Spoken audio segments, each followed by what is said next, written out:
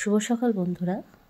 আজকে আমি চলে এসেছি রামপুরহাট শহরে মেডিকেল কলেজ, তার পাশে অবস্থিত মা বাবলাকালী মায়ের কাছে। দেখতে পাচ্ছ পাশেই মেডিকেল কলেজ, তার পাশেই মা অবস্থিত। আগে ছোটোবেলায় মায়ের সঙ্গে আসতাম, প্রায় প্রত্যেক দিন একরকম আসা হতো, এখন আর হয়ে ওঠে না।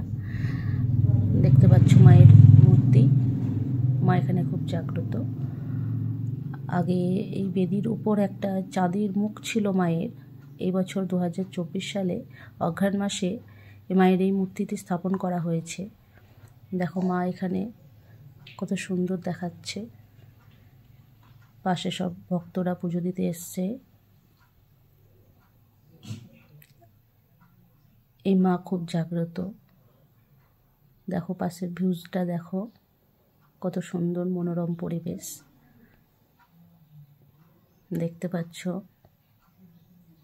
আগে এরকম ছিল না, আমি যখন ছোট ছিলাম তখন এরকম ভাবে সাজানো গোছানো ছিল না।